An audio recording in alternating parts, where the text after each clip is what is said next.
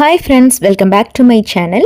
இன்றைக்கி நம்ம இந்த வீடியோவில் ஒரு சூப்பரான இன்ட்ரெஸ்டிங்கான டாபிக் தான் பார்க்க போகிறோம். அது என்ன அப்படின்னா, ஷுட் ஹேவோட யூசேஜஸ் என்னென்ன, அதோட மீனிங் என்ன, அதை எங்கெல்லாம் நம்ம யூஸ் பண்ணணும், அதோட ஃபார்மட் என்ன, இந்த மாதிரியான விஷயங்கள் தான் பார்க்க போகிறோம். அதை பார்க்குறதுக்கு முன்னாடி நம்ம சேனலை சப்ஸ்கிரைப் பண்ணாதவங்க சப்ஸ்கிரைப் பண்ணிவிட்டு பக்கத்தில் இருக்க பெல் பட்டனை கிளிக் பண்ணிக்கோங்க. இப்போ வாங்க வீடியோக்குள்ளே போகலாம். ஃபஸ்ட்டு ஷுட் ஹேவ் அப்படின்னா என்னங்கிறத ஃபஸ்ட்டு பார்த்துடலாம். ஷுட் ஹேவ் அப்படிங்கிறது ஒரு விஷயத்தை நம்ம முன்னாடி செஞ்சுருக்கணும், அதாவது பாஸ்ட்டில் ஒரு விஷயத்தை நம்ம செஞ்சுருக்கணும், ஆனால் அதை நம்ம செஞ்சுருக்க மாட்டோம். ஆனால் நம்ம பேசும்போது நம்ம சொல்லுவோம் இல்லையா, நான் அதை செஞ்சுருக்கணும், அங்கே நான் போயிருக்கணும், அங்கே நான் வந்திருக்கணும், நான் படிச்சிருக்கணும், இந்த மாதிரி நம்ம சொல்லுவோம் இல்லையா. அந்த மாதிரி சுச்சுவேஷனில் தான் நம்ம ஷுட் ஹேவ் அதை நம்ம யூஸ் பண்ணணுங்க. ஓகே, இப்போ இதோட ஃபார்மட் என்ன அப்படிங்கிறத பார்த்துடலாமா. இதோட ஸ்ட்ரக்சரை பார்த்துடலாம். இந்த ஷுட் ஹேவோட ஸ்ட்ரக்சர் எப்படி இருக்கும் அப்படின்னா, ஃபஸ்ட்டு சப்ஜெக்ட் இருக்கும், அடுத்து ஷுட் ஹேவ் இருக்கும், அப்புறம் வேர்போட 3 எழுதிக்கணுங்க. அதாவது பாஸ்ட் பார்ட்டிசிபிள் அப்படின்னு சொல்லுவோம், வேர்ப் 3 அது எழுதிக்கணும். இதுதான் இதோட ஸ்ட்ரக்சர். இப்போ சென்டென்ஸ் பார்க்கலாமா. ஃபர்ஸ்ட் சென்டென்ஸ், நான் சாப்பிட்டு இருக்க வேண்டும். நம்ம சொல்லுவோம்ல, நான் சாப்பிட்ருக்கணும், சாப்பிடாம வந்துட்டேன், அந்த மாதிரி நம்ம சொல்லுவோம்ல. இதை எப்படி நம்ம எழுதலாம்? ஃபஸ்ட்டு ஷுட் ஹேவோட ஸ்ட்ரக்சர் நம்ம என்ன சொன்னோம், ஃபஸ்ட்டு சப்ஜெக்ட் இருக்கணும், ப்ளஸ் ஷுட் ஹேவ் இருக்கணும், அப்புறம் வேர்ப் 3 இருக்கணும்னு சொல்லியிருந்தோம் இல்லையா. அப்போ இதை எப்படி எழுதலாம்? சப்ஜெக்ட் நான்க்கு என்ன போடணும்? ஐ போடணும் இல்லையா. ஐ ஷுட் ஹேவ். வேர்ப் 3 என்ன? இங்கே வேர்ப் என்ன? சாப்பிட்றது தான். சாப்பிட்றதுங்கிறது என்னது? ஈட். இதோட வேர்ப் 3 ஈட்டன். ஓகேவா. அப்போ இதை நம்ம எப்படி எழுதலாம் அப்படின்னா, ஃபஸ்ட்டு சப்ஜெக்ட் எழுதணும், அடுத்து ஷுட் ஹேவ் எழுதணும், ப்ளஸ் வேர்ப் 3 ஈட்டன் வரும். அப்போது இந்த சென்டென்ஸை, நான் சாப்பிட்டு இருக்க வேண்டும் அப்படிங்கிற சென்டென்ஸை நம்ம எப்படி எழுதலாம்? ஐ should have eaten. I should have eaten அப்படின்னு எழுதணும். த நெக்ஸ்ட் ஒன், இதே நீ சாப்பிட்டு இருக்க வேண்டும் அப்படின்னு சொல்லுவோம் இல்லையா. நீ சாப்பிட்ருக்கணும், நீ சாப்பிடாம வந்துட்டு அவன் கோச்சிக்க போகிறான், அந்த மாதிரி சொல்லுவோமா. நீ சாப்பிட்டு இருக்க வேண்டும், இந்த இடத்துல ஒன்றுமே இல்லைங்க, அப்படியே சப்ஜெக்டை மட்டும் மாற்றினா போதும். நம்ம ஃபஸ்ட்டு சென்டென்ஸில் சப்ஜெக்ட் ஐ போட்டிருந்தோம் இல்லையா, இங்கே யூ போட்டால் போதும். நீ சாப்பிட்டு இருக்க வேண்டும், இதை யூ ஷுட் ஹேவ் ஈட்டன் அப்படின்னு எழுதணும். நெக்ஸ்ட் ஒன், நான் அங்கே வந்திருக்க வேண்டும். நான் அங்கே வந்திருக்க வேண்டும், இதை எப்படி இங்கிலீஷில் சொல்லலாம்? I should have come. கம்மோட வேர்ப் 3 கம், கேம், கம் அப்படின்னு வருங்க. ஏன்னா கம் என்ன, கம்மே போட்டிருக்காங்களே நினச்சிக்க வேண்டாம். வேர்ப் 3 உங்களுக்கு கம் தான் வரும். ஸோ இதை எப்படி சொல்லலாம் அப்படின்னா, ஐ ஷுட் ஹேவ் கம் அப்படின்னு வரும். நெக்ஸ்ட் ஒன், நான் நன்றாக படித்திருக்க வேண்டும். நமக்கு எக்ஸாமில் எல்லாம் மார்க் குறைஞ்சிருந்ததுன்னா அப்போ நம்ம சொல்லுவோம்ல, நல்லா படிச்சிருந்துருக்கணும், சரியாக படிக்காமல் விட்டுட்டேன், அதனால மார்க் குறைஞ்சிருச்சு அப்படின்னு நம்ம சொல்லுவோம் இல்லையா. நான் நன்றாக படித்திருக்க வேண்டும், இதை இங்கிலீஷில் I should have studied well. I should have studied well அப்படின்னு சொல்லணும். நெக்ஸ்ட் ஒன், அவர்கள் நன்றாக விளையாடி இருக்க வேண்டும். அவர்கள் நன்றாக விளையாடி இருக்க வேண்டும், இதை இங்கிலீஷில் they should have played well. They should have played well அப்படின்னு சொல்லணும். நெக்ஸ்ட் ஒன், நான் போயிருக்க வேண்டும். நான் போயிருக்க வேண்டும், இதை இங்கிலீஷில் I should have gone. Go, went, gone அப்படின்னு வரும். ஐ ஷுட் ஹேவ் கான் அப்படின்னு சொல்லணும். நெக்ஸ்ட் ஒன், அவன் சாப்பிட்டிருக்க வேண்டும். அவன் சாப்பிட்டிருக்க வேண்டும், இதை எப்படி இங்கிலீஷில் சொல்லலாம்? திங்க் பண்ணுங்க. சேம் சென்டென்ஸ் தான், ஃபஸ்ட்டு பார்த்தோம், சப்ஜெக்ட் மட்டும் மாறி இருக்கு. அங்கே நான் சாப்பிட்டு இருக்க வேண்டும்னு சொல்லியிருந்தோம், இப்போ அவன் சாப்பிட்டு இருக்க வேண்டும் அப்படின்னு இருக்கு. அப்போ ஐக்கு பதிலாக இங்கே ஹீன்னு சேர்த்துக்கணும், அவ்வளோதான். அப்போது இதை நம்ம எப்படி சொல்லலாம்? He should have eaten. He should have eaten அப்படின்னு சொல்லணும். நெக்ஸ்ட் ஒன், அவள் படித்திருக்க வேண்டும். அவள் படித்திருக்க வேண்டும், இது இங்கிலீஷில் she should have studied. She should have studied. Next one, நாங்கள் உங்களுடன் வந்திருக்க வேண்டும். நாங்கள் உங்களுடன் வந்திருக்க வேண்டும். இது இங்கிலீஷில் we should have come with you. we should have come with you அப்படின்னு சொல்லணும். நெக்ஸ்ட் ஒன், நீ உன்னுடைய புத்தகத்தை கொண்டு வந்திருக்க வேண்டும். இப்போ நம்ம ஸ்கூலுக்கு புக்ஸ் எடுத்துகிட்டு போகாமல் வந்திருப்போம். அப்போ டீச்சர் சொல்லுவாங்க இல்லையா, ஏன் புக்கு கொண்டு வரல, நீ உன் புக்கு கொண்டு வந்திருக்கணும் அப்படின்னு சொல்லியிருப்பாங்கல்ல. நீ கொண்டு வந்திருக்கணும், ஆனால் நீ கொண்டு வரல, இன்றைக்கி முக்கியமான லெசன்ஸ் எடுக்க போகிறோம் அந்த மாதிரியெல்லாம் சொல்லுவாங்க இல்லையா. அப்போ நீ உன் புக்கை கொண்டு வந்திருக்கணும் அப்படிங்கிறத எப்படி இங்கிலீஷில் சொல்லலாம்? You should have brought your book.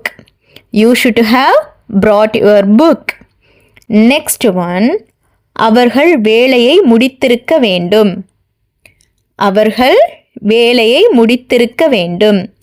இது இங்கிலீஷில் they should have finished the work. They should have finished the work. Next one, நீ நன்றாக சமைத்திருக்க வேண்டும். நீ நன்றாக சமைத்திருக்க வேண்டும். நம்ம வீட்டில் சமைச்சிருந்துருப்பாங்க, யாராவது கெஸ்ட் வரும்போது ஒருவேளை அந்த ஃபுட்டு வந்து கொஞ்சம் ஏதோ டேஸ்ட் கம்மியாகவோ ஏதோ ஒரு ப்ராப்ளம் இருந்ததுன்னு வச்சுக்கோங்களேன். அப்போ சரியாக யாரும் சாப்பிட்லன்னா நம்ம சொல்லுவோம்ல, நீ இன்னும் கொஞ்சம் நல்லா சமைச்சிருந்துருக்கணும் அப்படின்ற மாதிரி சொல்லுவோம் இல்லையா, நல்லா சமைச்சிருந்துருக்கணும் அப்படின்னு. அப்போ அதை எப்படி இங்கிலீஷில் சொல்லலாம்? You should have cooked well. You should have cooked well அப்படின்னா நீ நல்லா சமைச்சிருந்துருக்கணும் அப்படின்னு அர்த்தம். நெக்ஸ்ட் ஒன், நான் வீட்டிலேயே தங்கியிருக்க வேண்டும். நான் வீட்டிலேயே தங்கியிருக்க வேண்டும். இப்போ நம்ம ஃப்ரெண்ட் யாராவது வீட்டுக்கு வந்துட்டு போயிருந்திருப்பாங்க, அந்த டைமில் நம்ம வீட்டில் இருந்திருக்க மாட்டோம். அப்போ வந்து நம்ம சொல்லுவோம்ல, நான் வீட்டிலேயே தங்கி இருந்திருக்கணும், அப்படி இருந்திருந்தால் அவனை நான் மீட் பண்ணியிருப்பேன், இப்போ அவனை மீட் பண்ண முடியாமல் போயிடுச்சு அந்த மாதிரி சொல்லுவோம் இல்லையா. நான் வீட்டிலேயே தங்கி இருக்க வேண்டும். இதை இங்கிலீஷில் I should have stayed at home. I should have stayed at home. Next one, அவன் என்னிடம் உண்மையை சொல்லியிருக்க வேண்டும். நம்ம மேக்ஸிமம் எல்லாருமே இந்த சென்டென்ஸை நம்ம சொல்லியிருப்போம். அவன் என்கிட்ட உண்மையை சொல்லியிருந்திருக்கணும், ஆனால் அவன் என்கிட்ட போய் சொல்லிட்டான் அப்படின்னு நம்ம சொல்லுவோம் இல்லையா. அவன் என்கிட்ட உண்மையை சொல்லியிருந்திருக்கணும்.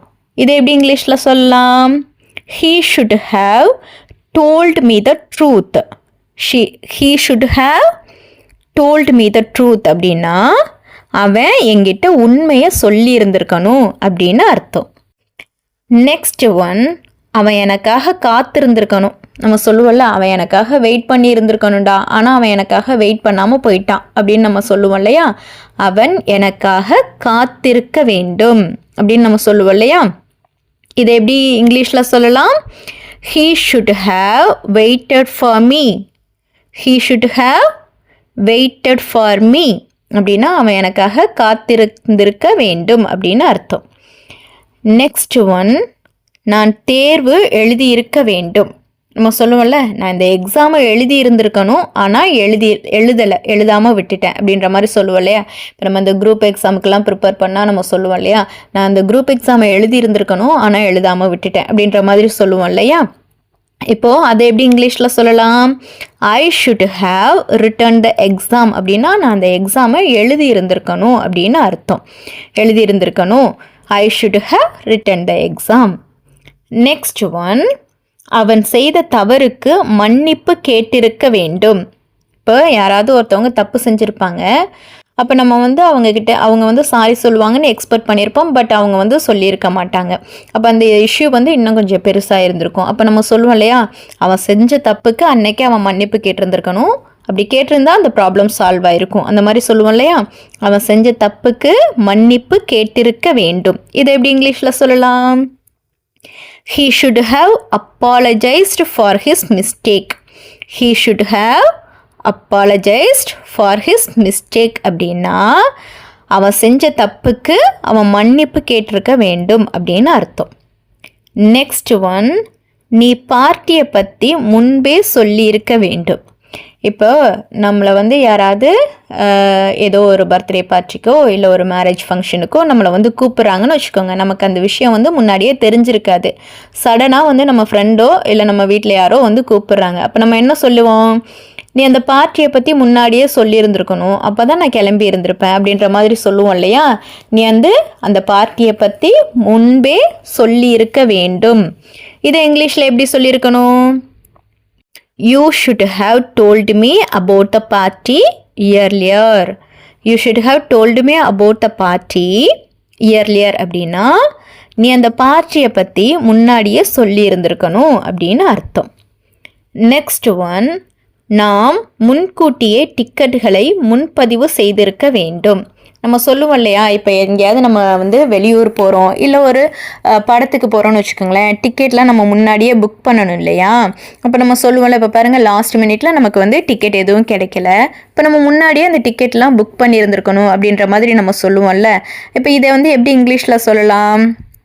We should have booked the tickets in advance.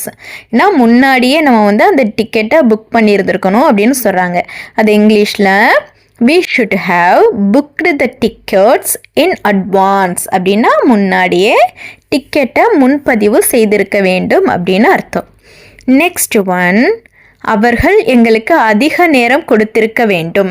இப்போ நம்ம ஏதாவது ஒரு ஒர்க் பண்ணுறோன்னு வச்சுக்கோங்களேன், அந்த ஒர்க்கை ஃபினிஷ் பண்ணுறதுக்கு நமக்கு டைம் கிடச்சிருந்துருக்காது, ஓகேவா. நமக்கு ஷார்ட் பீரியட் ஆஃப் டைம் தான் இருந்திருக்கும், அதுக்குள்ளே நம்மளால் அந்த ஒர்க்கை பண்ணியிருக்க முடிஞ்சிருக்காது. அப்போ நம்ம என்ன சொல்லுவோம்? அவங்க எங்களுக்கு எக்ஸ்ட்ரா கொஞ்சம் டைம் கொடுத்துருந்தா அந்த ஒர்க்கை நம்ம கம்ப்ளீட் பண்ணியிருப்போம் அப்படின்ற மாதிரியெல்லாம் சொல்லுவோம் இல்லையா.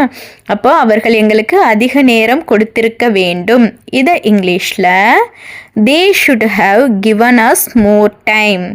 They should have given us more time அப்படின்னா அவர்கள் எங்களுக்கு அதிக நேரம் கொடுத்திருக்க வேண்டும் அப்படின்னு அர்த்தம்.